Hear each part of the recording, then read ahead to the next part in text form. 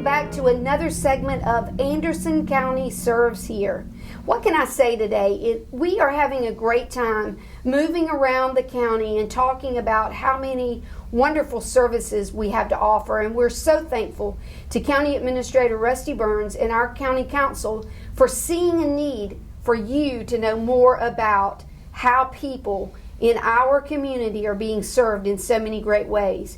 And today, I have to tell you that you're going to hear something that I am absolutely certain you have never heard about before. It is my great opportunity to introduce Vivian Weatherby, who is the Executive Director of the Mary Sunshine House, and she is with us today.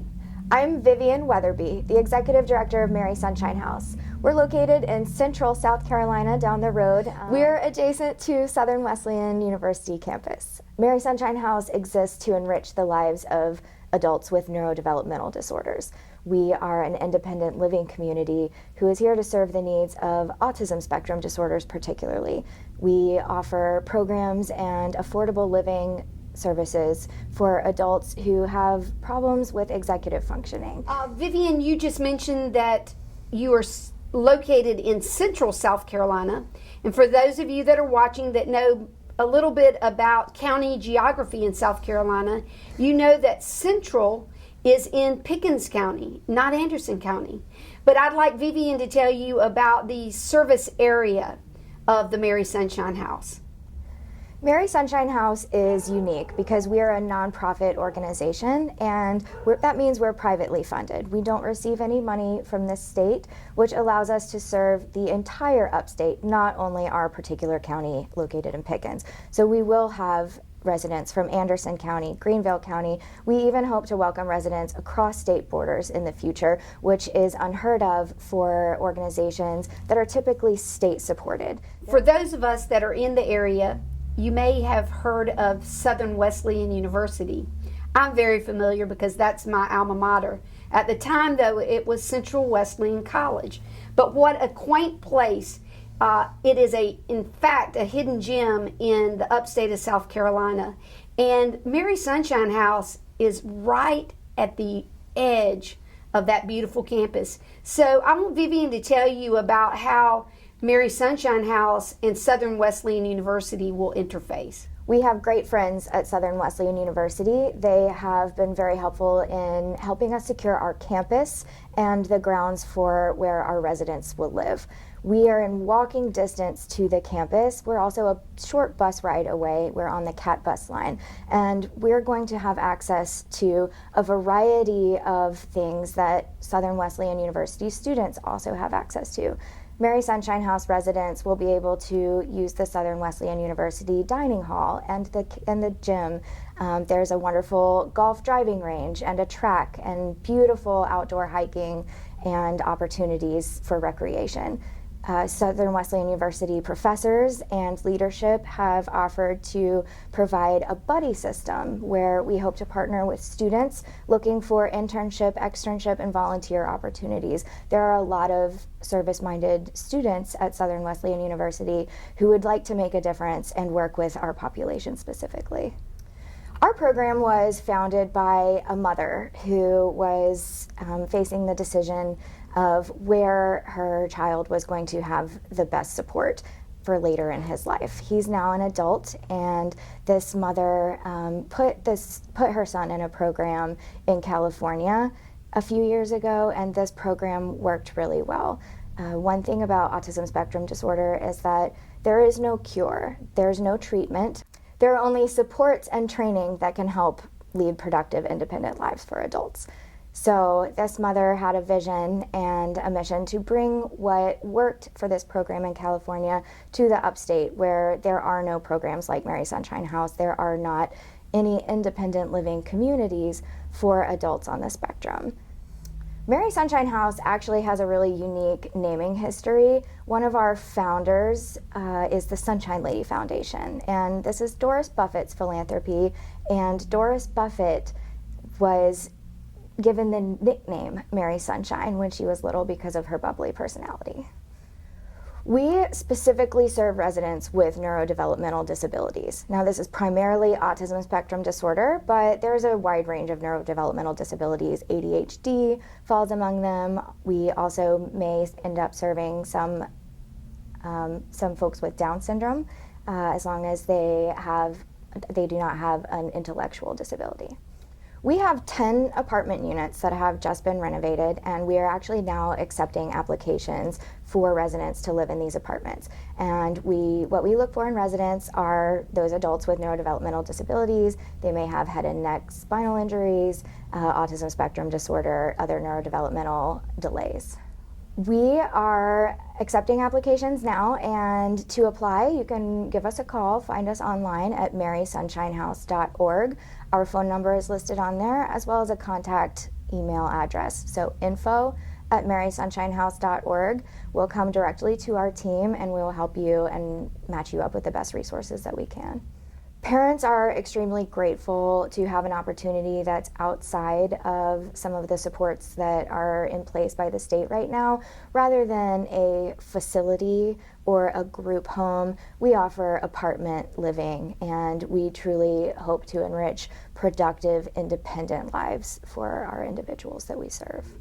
This is a growing population. The CDC estimates that 1 in 44 people right now are being diagnosed with autism. I expect that number is going to continue to rise as the prevalence is growing. Boys are 4 times more likely to be diagnosed as children than girls are with autism. This disparity is probably going to change in the coming years as the autism spectrum disorder grows. We have big plans to grow. We hope to grow out of our 10 apartments within our first 5 years and already have our sights set on property to build a new apartment setting. Vivian, I know that from my experience of being engaged with Mary Sunshine House, that each of the apartments will only have one tenant. Can you talk a little bit more about why that's important and kind of what the apartment living will look like? Our current apartments have 2 bedrooms, a full kitchen, and a bathroom, but we are planning on only placing 1 resident in each apartment. We feel that that is primarily going to be personal preference, but we would really like to avoid the appearance or the feeling of a group home. Independent living is what Mary Sunshine House is all about, and that can be challenging for an adult with roommates, particularly an adult with autism who may struggle with communication and social skills. Mary Sunshine House will provide this independent living, but what other services or activities will the residents be engaged in as a tenant or a member or client at the Mary Sunshine House?